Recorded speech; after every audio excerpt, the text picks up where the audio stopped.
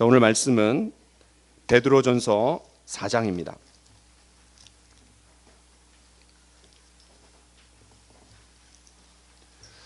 베드로전서 4장 10절, 11절. 여러분 특별히 10절에 주의해서 우리 같이 한번 읽겠습니다. 시작. 각각 은사를 받은 대로 하나님의 여러 가지 은혜를 맡은 선한 청지기 같이 서로 봉사하라. 만일 누가 말하려면 하나님의 말씀을 하는 것 같이 하고 누가 봉사하려면 하나님이 공급하시는 힘으로 하는 것 같이 하라. 이는 범사에 예수 그리스도로 말미암아 하나님이 영광을 받으시게 하려 함이니 그에게 영광과 권능이 세세에 무궁하도록 있느니라. 아멘. 자, 오늘 말씀의 제목을 같이 한번 읽어볼까요? 시작. 성령의 은사로 서로 봉사하라. 아멘. 지난 주일에 성령의 은사를 세 가지로 분류할 수 있다라고 보았습니다. 에베소서 4장에 나타난 은사들은 교회의 지도자 은사라고 합니다. 리더십 기프트죠.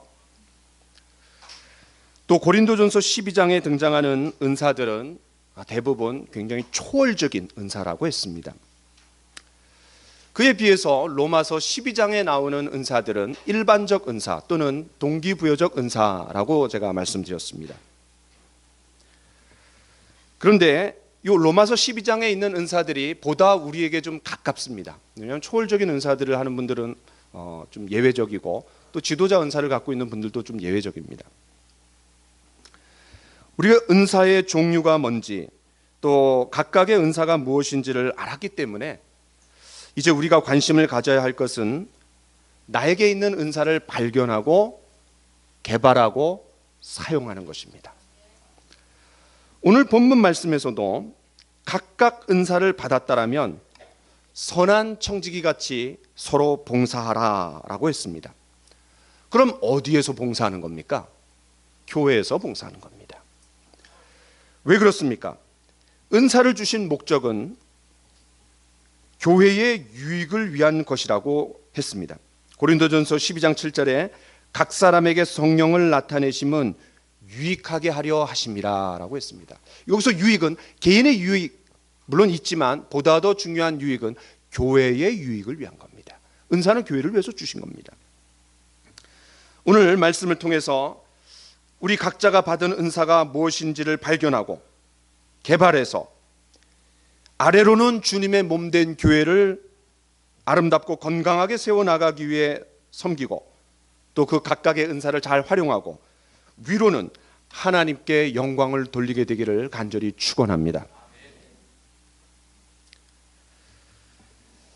그 전에 우리가 건강한 교회에 대해서 한번 생각해 봅시다. 은사는 우리가 죄를 용서받고 예수 그리스도를 우리 마음속에 영접할 때 성령께서 우리 안에 들어오십니다. 내주하십니다. 그때 은사가 주어집니다. 알던 모르던 우리 모두는 은사를 받았습니다. 왜냐하면 머리를 그리스도로 하는 교회의 한 지체로서 우리가 들어갔기 때문에 지체가 됐다라는 것은 은사가 있다라는 거예요. 뭔가 역할과 기능을 우리가 할 수 있도록 하나님이 해주셨습니다. 그렇기 때문에 우리가 은사와 교회와의 관계를 생각하지 않을 수 없습니다. 자, 말씀을 한번 보죠. 같이 읽을까요? 시작. 그를 만물 위에 교회의 머리로 삼으셨느니라. 교회는 그의 몸이니. 예, 성경에서 교회를 머리는 그리스도고 이 몸은 우리 교회다. 또 한 말씀 더 봅시다. 시작. 이와 같이 우리 많은 사람이 그리스도 안에서 한 몸이 되어 서로 지체가 되었느니라. 그렇습니다. 이러한 교회의 모습을 조금 어려운 표현을 쓰면 유기체다라고 얘기할 수 있습니다. 유기체. 유기체는 조직체랑은 다른 거죠. 회사 같은 건 조직체입니다. 그러나 유기체는 우리 몸을 생각하면 쉽게 이해됩니다. 생명 안에서 각각의 팔과 다리, 눈과 코가 따로 노는 것이 아니라 함께 생명 안에서 붙어 있는 것, 이거를 유기체라고 얘기합니다. 때문에 교회는 절대로 건물이 아닙니다. 이 건물은요, 우리가 모여서 예배를 드리는 예배당입니다. 예배당. 성경이 말하는 교회는 거듭난 그리스도인들의 모임입니다. 그래서 예수님도 두세 사람이 내 이름으로 모인 곳에는 나도 그들 중에 있느니라 라고 말씀해 주셨습니다. 교회가 유기체이고 생명체라면 어떻게 해야 됩니까? 반드시 자라가야 합니다. 아기가 태어났는데 정상적으로 자라지 않는 것만큼 부모에게 큰 고통을 주는 것은 없습니다. 자라가면서 건강하게 또 균형 잡힌 성장을 해나가야 합니다. 교회도 마찬가지입니다. 유기체고 생명체라면 교회는 당연히 성장해 나가야 됩니다. 그렇다면 어떤 교회가 건강한 교회입니까? 어떤 교회가 건강한 교회입니까? 각각의 은사들이 잘 발휘되어서 교회를 구성하는 한 사람 한 사람들이 사역하는 교회가 건강한 교회입니다. 그래서 우리 행복한 교회 주보를 여러분 주의 깊게 살펴보면, 한번 주보를 보세요. 주보를 보면 맨 앞장에 보니까 교회의 머리 예수 그리스도 사역자, 같이 한번 읽어볼까요? 누구라고 되어 있습니까? 몸된 모든 성도입니다. 예. 왜? 그리스도의 몸 안에 각 지체로서 역할과 기능을 하도록 우리를 불러주셨기 때문에 우리 모두가 같이 사역하는 겁니다. 교회는 절대로 소수의 영적인 엘리트에 의해서만 운영되는 곳이 아닙니다. 절대 다수의 성도들이 구경꾼이고 관객이고 관중일 때, 목회자가 제공해주는 목회 서비스만 받아먹는 영적 소비자일 때, 그 교회는 죽은 교회입니다. 구경꾼과 관객이 많을수록 그 교회는 죽어가는 교회입니다. 그렇다면 어떻게 해야 교회를 구성하는 한 사람 한 사람들이 사역하는 교회가 될 수 있을까요? 올바른 교육과 훈련을 통해 각자 받은 은사, 다시 말해서 그리스도의 몸 안에서 나의 역할과 기능이 무엇인지 발견하고 개발하고 사용하는 것입니다. 자, 그래서 첫 번째, 은사와 연관해서 은사를 발견하라는 겁니다. 은사를 발견하라. 여러분, 자신의 은사를 발견해야 되는데 안타까운 것은, 아니, 나한테 주어진 은사가 뭐지? 내가 받은 은사가 뭐지? 라고 묻는 사람들이 참 많습니다. 그래서 지금까지 제가 올바른 교육과 훈련을 위해서 오늘 이 시간까지 12번의 성령 시리즈 설교를 하고 있습니다. 저도 머리털 나고 처음 이 성령에 대해서 이렇게 12번 설교해 봤습니다. 많은 성도님들이 이번 성령 시리즈 설교를 통해서 굉장히 도움이 됐고 정리가 많이 됐고 성경이 말하는 은사가 뭐고 또 성령이 뭔지 많이 이해됐다라고 그렇게 얘기해 주셔서 얼마나 감사한지 모릅니다. 자, 그렇다면 어떻게 하면 나의 은사를 발견할 수 있습니까? 은사 테스트를 해보면 됩니다. 우리가 성격 유형 테스트, 기질 테스트라는 것이 있듯이 은사 테스트가 있습니다. 한번 기회가 되면 우리 모든 성도들 같이 한번 그런 은사 테스트 하는 시간 한번 가져보면 좋을 것 같아요. 그런데 간단하게도 할 수 있습니다. 어떻게 하냐면 지난주에 제가 설교 때 말씀드린 것처럼 일단의 사람들이 식탁에서 식사를 하는데 어린아이가 실수로 탁 쳐갖고 우유를 깨트린 거예요. 우유를 그냥 엎질렀어요. 병을 깨트리고. 그때 거기 둘러 앉아있는 사람들이 어떤 반응을 보일 것인가. 이따가 여러분 소그룹 나눔 시간에 꼭 이거를 한번 해보세요. 그 얘기를 인도자들이 다시 한번 언급하면서 목사님이 그렇게 얘기하셨을 때 집사님은 어떤 반응을 할 거라고 생각하셨어요? 우리도 집에서 해봤습니다. 집에서 이제 주일날, 지난 주일날 저한테 아내가 그러더라고요. 여보, 나는 뭐라고 어떻게 반응했을 것 같아? 그러면서 이제 자기 얘기를 하더라고요. 각자 한번 해보세요. 예언의 은사, 가르침의 은사, 긍휼의 은사, 섬김의 은사, 지도력의 은사, 위로의 은사, 구제의 은사, 일반적인 은사, 이 로마서 12장에서 말하고 있는 이런 일반적인 은사를 한번 자기에게 적용해서 얘기해보는 시간을 가지면 좋을 것 같습니다. 그런데 보다 정확하게 은사를 테스트할 수 있는 제가 중요한 지침을 3가지를 제시하려고 합니다. 첫 번째는 내가 즐기고 있는가? 나에게 기쁨을 주는가? 먼저 내가 은사를 발휘할 때 나에게 기쁨이 되어야 합니다. 기쁨이 되어야 돼요. 손의 역할을 할 때 자연스러운 거죠. 그런데 이 손이 발의 역할을 하려고 해보세요. 발로 막 기어다닌다. 아니 손으로 기어다니면 얼마나 불편하겠어요. 그렇죠? 예를 들어 봅시다. 섬김의 은사를 가진 사람은 어딜 가든지 누구를 만나든지 내가 뭐 섬길 게 없을까? 이거를 아주 예민하게 살핍니다. 그런 쪽으로 아주 이 센서가 예민하게 발달해 있어요. 적극적으로 섬깁니다. 몸으로도 섬기고 물질로도 섬깁니다. 예를 들어서 교회에서 설거지가 부족하다. 다른 사람 뒷짐지고 있는데 그 사람은 뛰어갑니다. 또 청소하는데도 뛰어갑니다. 늘 다른 사람에 대한 배려가 있습니다. 그런 사람들이 있어요. 그러면서 자신이 어떤 필요를 채워주었을 때 분명히 물질도 썼고 수고도 했는데 기쁩니다. 마음에 기쁩니다. 다른 사람이 누리지 못하는 기쁨이 있어요. 다른 누군가에게 도움이 되었다는 것 자체를 너무나 좋아하고 기뻐합니다. 또 위로와 권면의 은사가 있는 사람은 교회 안에 누가 낙심해 있는지 힘들어하는지 얼른 알아차립니다. 목사보다 더 빨리 알아차립니다. 그리고 목사한테 정보를 줍니다. 그런 분들이 계셔서 얼마나 제가 도움이 되는지 몰라요. 저는 그런데 좀 약간 무딘 경향이 없지 않아 있는 것 같아요. 그리고 적절한 타이밍에 그런 분들을 만납니다. 그리고 위로해 줍니다. 격려해 줍니다. 그분들의 속 얘기를 다 들어줍니다. 그리고 같이 웃어주고 때로는 같이 울어줍니다. 아낌없이 위로와 격려를 베풉니다. 그러면 마치 시든 꽃이 물을 주었을 때 생기가 들고 활짝 피어오르는 것처럼 그 사람이 변화되는 걸 보고 그렇게 기뻐합니다. 그렇게 감사합니다.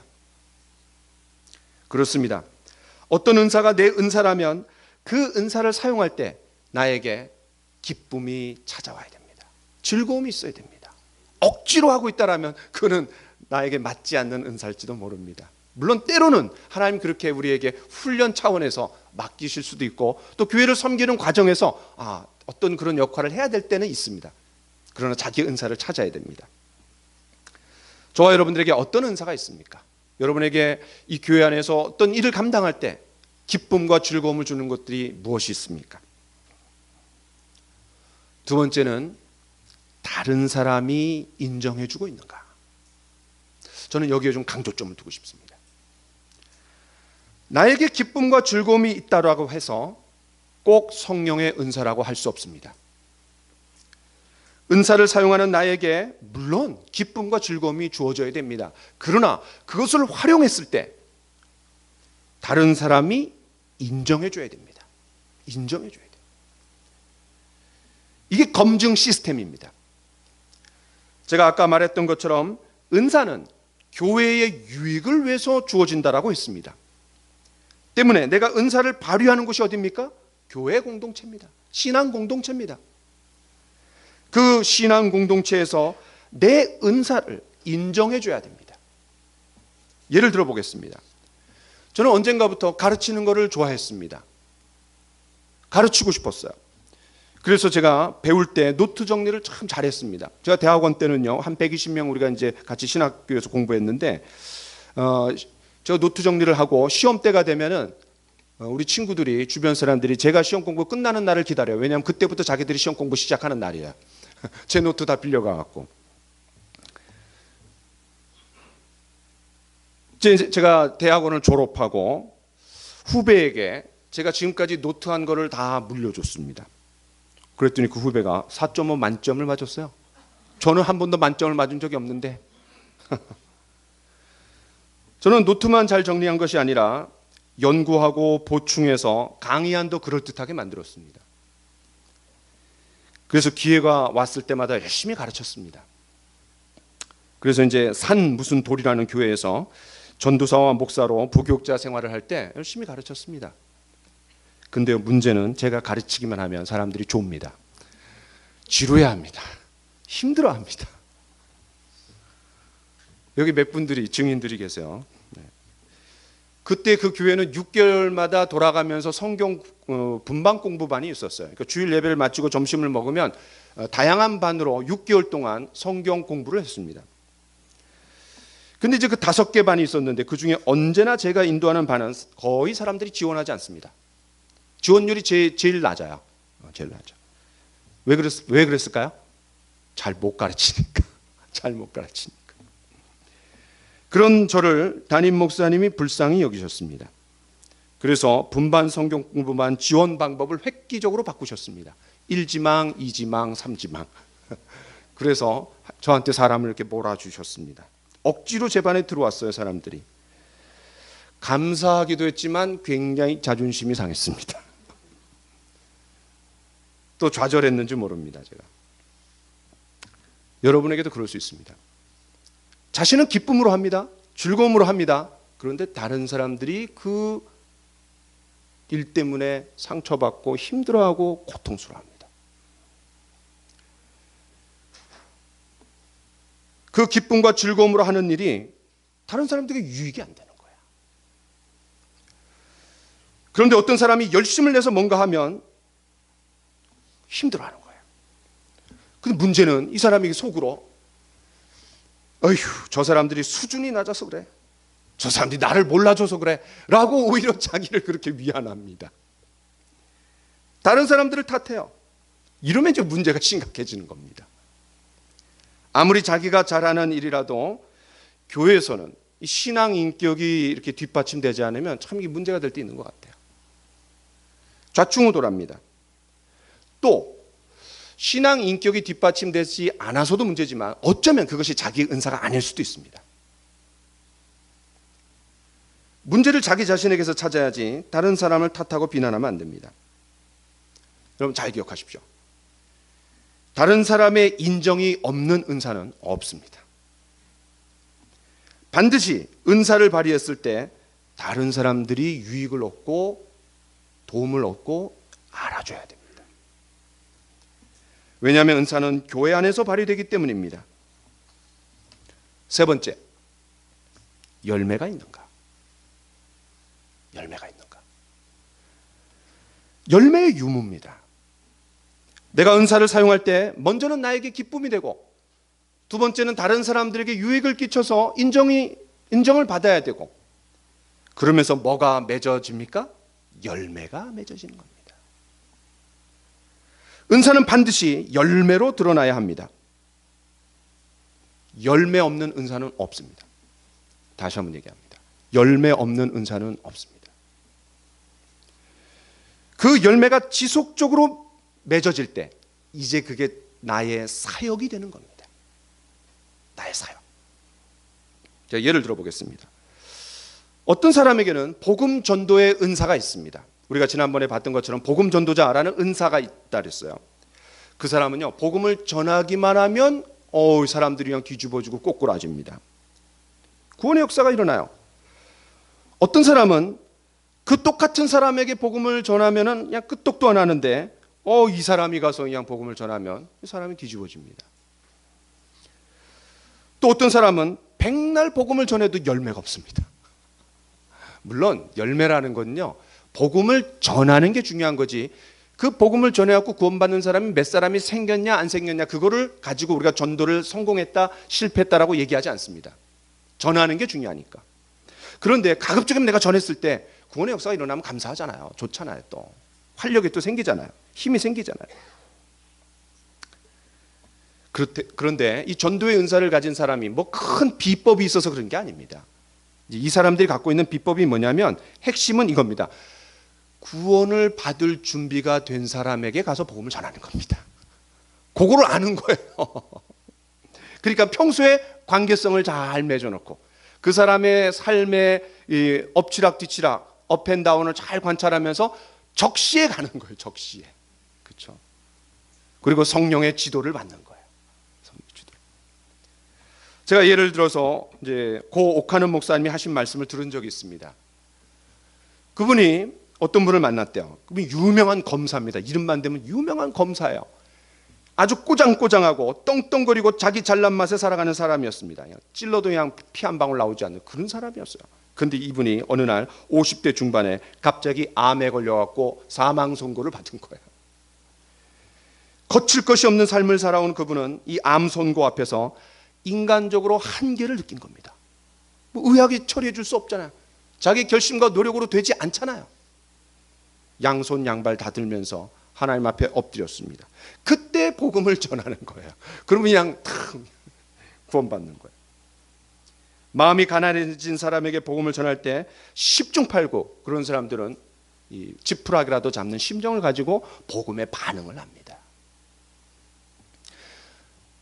복음 전하는 초짜들이 하는 일, 벤치에 앉아있는 공원에 가서 벤치에 앉아있는 사람들 복음 전합니다. 그럼 딱이 맞고 10중 8구 거절당합니다. 근데 전도에 은사가 있는 사람도 어떻게 하냐? 관계를 맺습니다. 그리고 많이 들어줍니다. 그 대화합니다. 그러면서 그 사람의 삶에 어려움이 찾아왔을 때 그때 주님 다가가는 겁니다. 어떤 사람은 복음을 전하러 가서 만나는 사람마다 이런 사람들을 만납니다. 목사나 장로한테 돈 뜯긴 사람, 권사한테 사기당한 사람, 이상하게 찾아가는 사람마다 그런 도시락 싸들고 교회를 그냥 다니는 사람들만 그냥 해코지 하려는 사람, 이런 사람들한테 다가가고 이건 뭐 찔러도 뭐 아무 반응이 없는 거예요.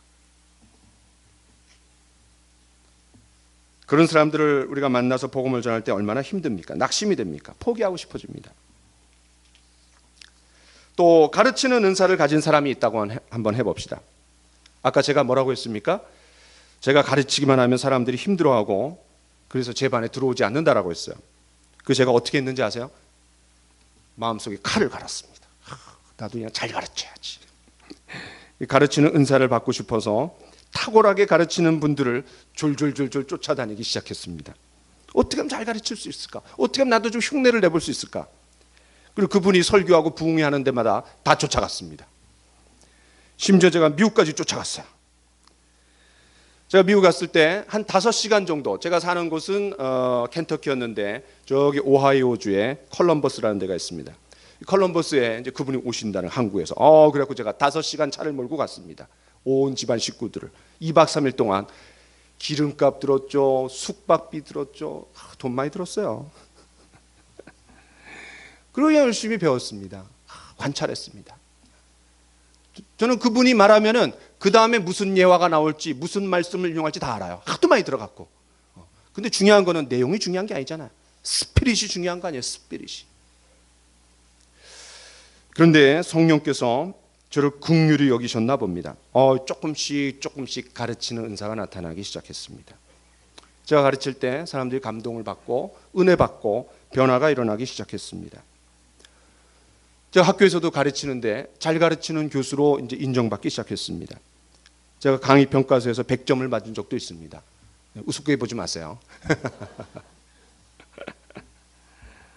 제가 가르칠 때 이제는 웬만하면 사람들이 졸지는 않습니다. 잘 반응하고 이해도 잘 해줍니다. 또 어떤 경우는 목사님 어떻게 이렇게 적절한 예화를 드셨냐고, 너무 놀랍다고 그렇게 칭찬도 해주는 분이 있어요. 그쵸, 고 권사님. 네. 어제 저분한테 칭찬받았어요. 되게 마음이 기뻐요. 왜냐하면 전직 초등학교 교사시잖아요. 네. 전문가한테 인정받았어요, 제가. 제가 지금까지 은사를 발견하는 것과 연관해서 중요한 3가지를 얘기했습니다. 여러분, 첫 번째가 뭐라고요? 나에게 즐거움을 주는가. 두 번째는 다른 사람들이 인정해 주는가. 세 번째는 열매가 있는가. 이 3가지. 오늘 강조점입니다. 여러분 각자 자신을 돌아보면서 이 3가지를 한번 적용해 보세요. 그러면 나에게 어떤 은사가 있는지 알 수 있습니다. 자, 3번째는 은사를 개발하라.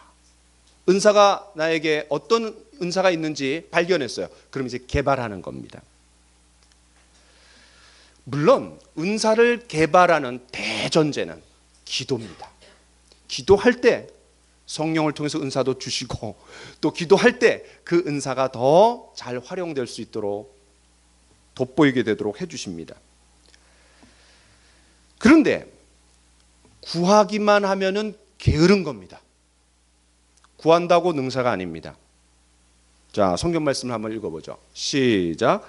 구하라 그리하면 너희에게 주실 것이요, 찾으라 그리하면 찾아낼 것이요, 문을 두드리라 그리하면 너희에게 열릴 것이니. 우리가 너무나 잘 아는 말씀입니다. 구하라. 그러나 구함에 따른 책임을 다해야 됩니다. 그게 뭐냐면 찾으랍니다. 찾으라. 예를 들어서 중보기도의 은사가 있는 분이 있다고 해봅시다. 그런 분은 교회에 중보기도를 좀 하고 싶어하는 사람들을 물색합니다. 찾아봐야 됩니다. 그리고 효과적으로 중보기도하기 위해서 그 분야의 전문 서적을 찾아 연구해야 됩니다. 읽어야 됩니다. 필요하면 중보기도 세미나에도 참여할 수 있습니다. 성경을 잘 가르치는 은사가 있다고 해봅시다. 그 사람은 더 열심히 성경을 파고들고 연구해야 됩니다.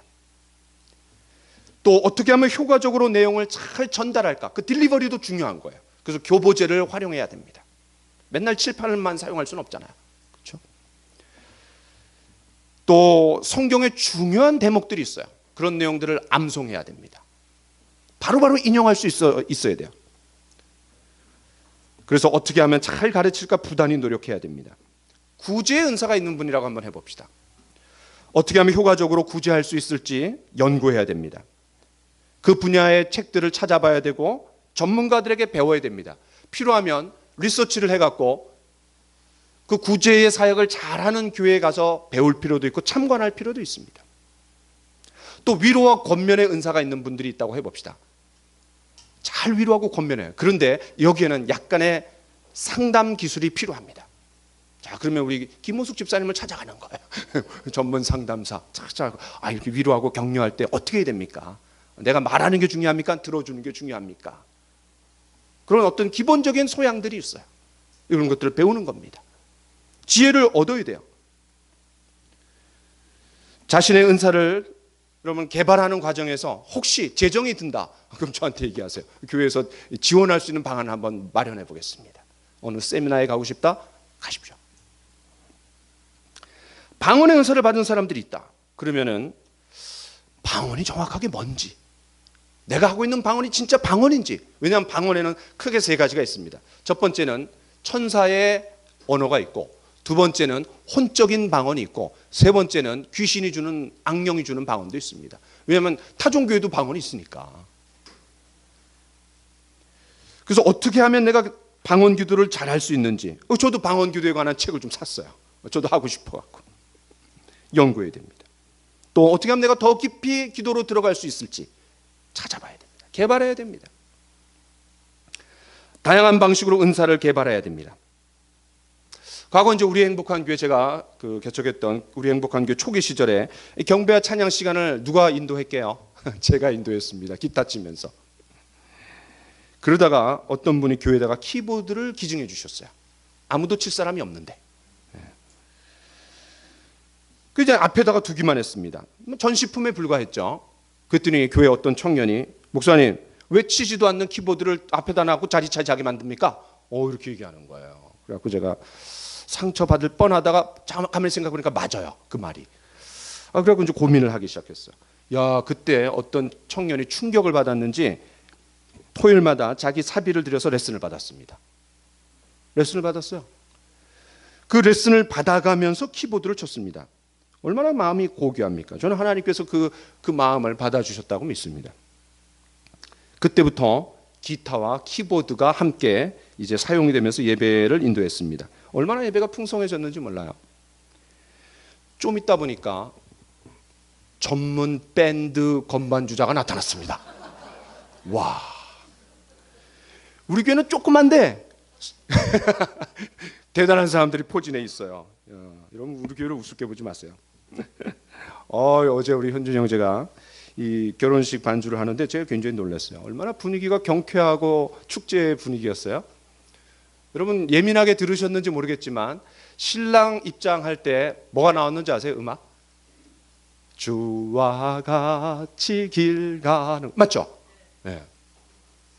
또 신부 입장할 때 내가 천사의 말 한다 해, 이거 나왔죠? 맞죠? 네, 우습게 보지 마세요. 제가 다 압니다. 딱 들으면 압니다, 저. 우리가 일반적으로 예식장에서 듣는 그런 그 신랑 신부 입장곡이 아니에요. 또 나중에 행진할 때 그 행진곡이 보통 우리가 일반적으로 듣는 음악이 있어요. 딴따다다단 따다다단 따다다단 따다다단 딴딴따다단 이게 나와야 되는데 그게 아니었어요. 그 돈 모엔이 부르는 그런 노래였어요. 맞죠? 아, 돈 모엔은 모르시는구나. 네. 하여튼 그 굉장히 경쾌했어요. 분위기가. 근데 그거 다 짜고 한 거예요? 아니면 그 자기가 즉흥적으로 한 거예요? 서로 얘기가 됐던 거예요? 예, 우리 이렇게 설교 시간에 대화도 합니다. 하여튼 저는 우리 교회 이렇게 경배와 찬양팀이 세워져 가는 것만 봐도 참 신기합니다. 너무 신기해요. 다양한 은사를 가지고 있는 분들이 하나씩 와서 예배를 풍요롭게 합니다. 풍성하게 합니다. 이제 가칭 해피 중창단을 만들려고 합니다. 어제 찍은 거예요. 사랑의 교회 가서 이제 찍었는데 어제 여러분 새벽 이슬 청년의 축가를 보고 너무나 다들 놀랐을 거예요. 그렇죠? 저는요 마음 졸였어요. 첫 번째 축가가 끝났을 때 큰일 났다. 이제 우리 완전히 그냥 망신살 당하겠구나. 근데 제가 너무 우습게 봤어요. 우리 청년들을. 너무 잘하는 거예요. 그런데 이제 어제 점심을 먹는데 식당에서 우리 이민숙 집사님께서 저한테 목사님 우리 교회도 중창단 만들자고. 근데요 그 전 마음에 확 꽂혔어요. 왜냐하면 제가 아내한테 맨날 얘기하는 게 여보 우리 교회 중창단 있어야 돼. 자기가 좀 어떻게 좀 해봐. 막 그래. 고건사님 좀 꼬셔봐. 근데 그 얘기를 딱 한 거예요. 그래서 제가 얼씨구나 만들어야 되겠다. 자, 여러분 찬양의 은사를 가지신 분 대환영입니다. 그러나 남들에게 인정받는 분이어야 됩니다. 나만 즐기는 분은 이거 나 혼자만 하면 되는구나.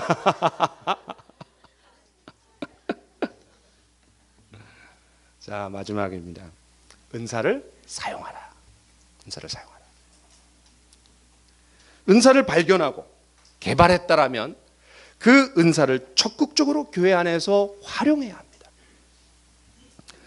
은사를 사용할 때 교회가 건강해집니다. 우리 몸의 다양한 역할과 기능이 원활하게 돌아갈 때 건강한 거 아니야. 마찬가지입니다. 다양한 은사들이 잘 활용이 돼야 됩니다.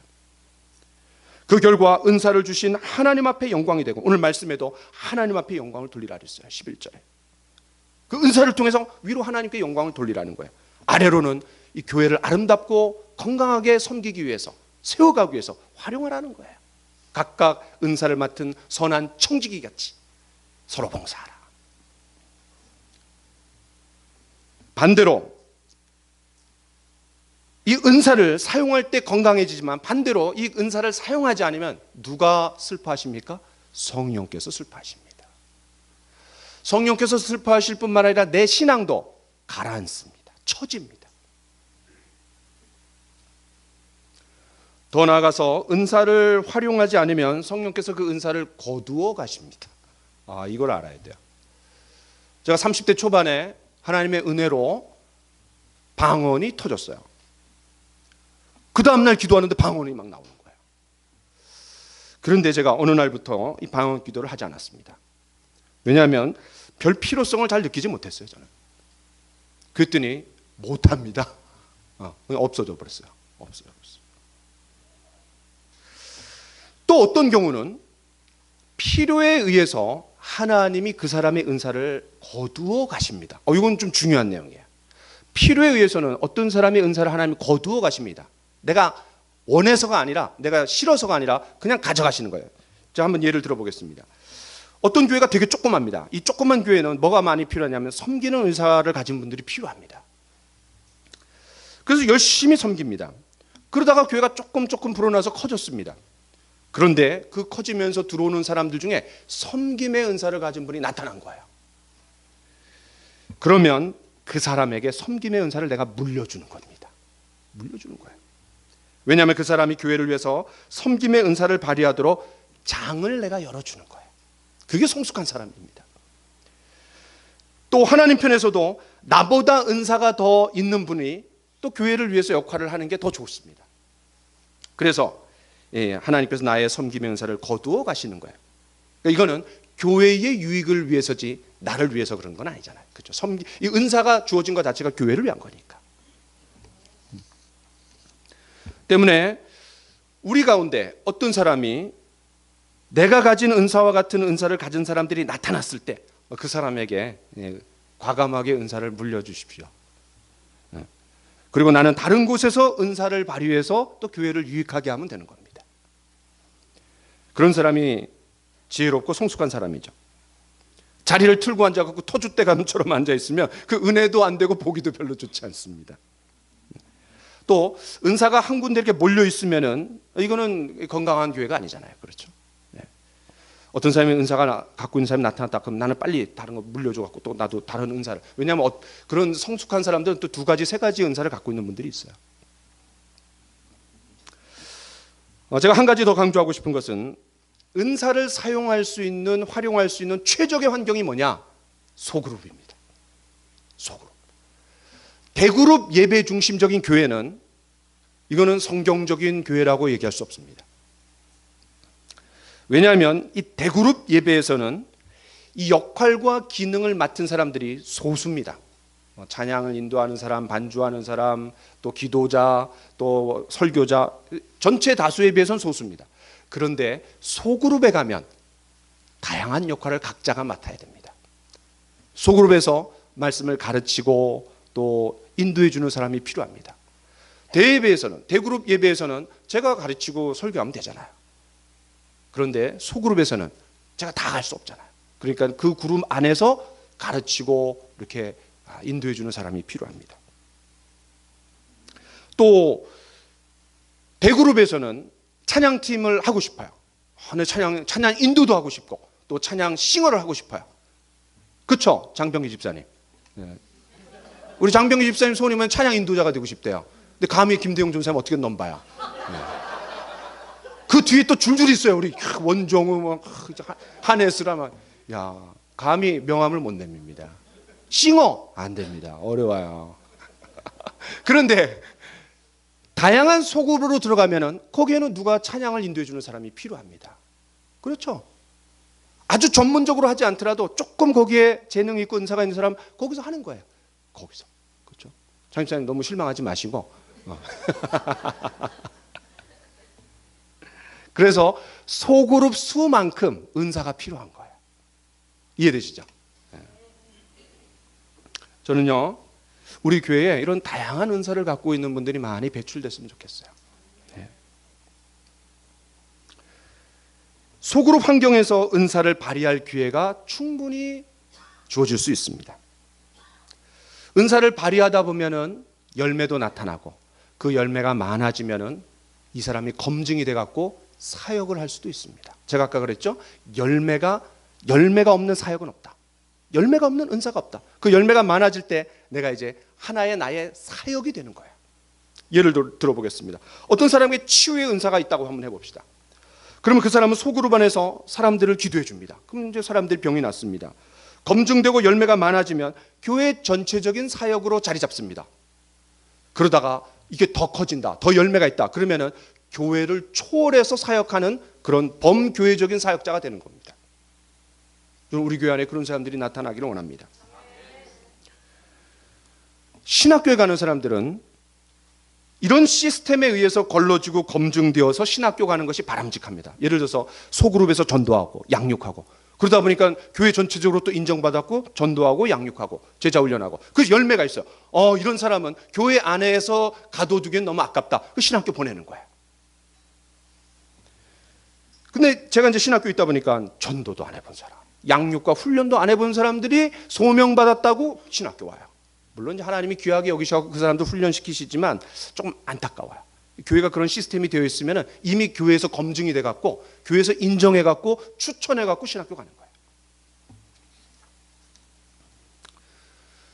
말씀을 마무리 지으려고 합니다. 내 은사가 뭔지 잘 모르겠어요 라고 생각하는 분들은 제일 먼저 하나님이 나에게 거듭날 때 은사를 주셨다. 이거 먼저 믿으십시오. 먼저는 그걸 믿어야 돼요.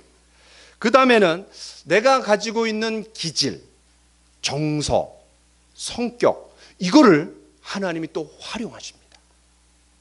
물론 내가 갖고 있는 기질 자체가 은사는 아닙니다. 그러나 내가 갖고 있는 정서나 특별히 다른 사람을 향해서 애틋한 마음을 갖고 있는 그런 분들이 그것을 주님 앞에 드릴 때 그 내 기질과 정서가, 성격이 은사가 될 수 있습니다. 섬김의 은사로, 구제의 은사로, 긍휼의 은사로, 지도력의 은사로. 또 내가 주변 사람들에게 인정받고 있는지 잘 관찰해 보십시오.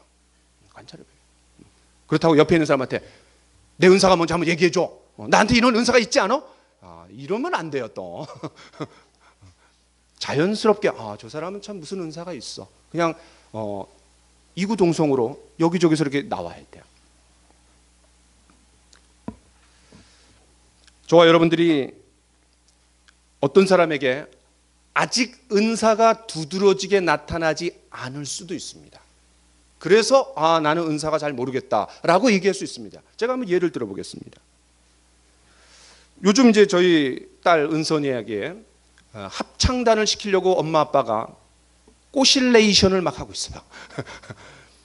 왜냐하면 이제 어느 날 그 동네를 지나가다가, 우리가 이사한 동네를 지나가다가 선명의 합창단 건물을 봤어요. 여러분, 선명에는 유명한 합창단 아니에요? 거기 이제 보내고 싶은 거지. 그런데 은선이한테 얘기했더니 은선이가 저희 해보겠다는 거야. 그래갖고 이제 맨날 물어봐요. 아빠 엄마 거기서 전화 왔냐고, 오디션 받으라고 전화 왔냐고 물어봐요. 그러니까 관심이 있는 거 아니에요. 근데 전화가 왔어요. 오디션 받으러 오라는 거, 다음 주 수요일 날. 그래갖고 이제 우리 막내 동생이 성악가니까 연락을 해갖고 네가 그래도 한번 지도해 줘야 되겠다. 가서 이렇게 받아야 되니까.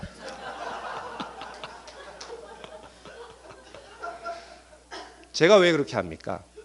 여러분도 똑같습니다. 우리 자녀들이 뭐가 소질이 있는지, 뭐를 잘하는지 자꾸 다양한 환경에 노출시키는 거 아니에요? 그래서 얻어 걸리는 거. 얘가 여기에 소질이 있구나. 그게 부모의 역할입니다. 그렇죠? 또 부모가 다 그런 역할들을 잘 할 수 없기 때문에 국가적으로 학교에서 그런 다양한 기회에 노출시켜줍니다. 우리나라 좋은 나라가 되어가고 있어요. 마찬가지입니다. 제가 말하려고 하는 핵심이 뭐냐면 내가 아직 영적으로 조금 미성숙해서 아직 나의 재능과 특징이, 소질이 두드러지게 나타나기 전에 그런 아이들처럼 아직은 잘 모를 수 있습니다. 아직은.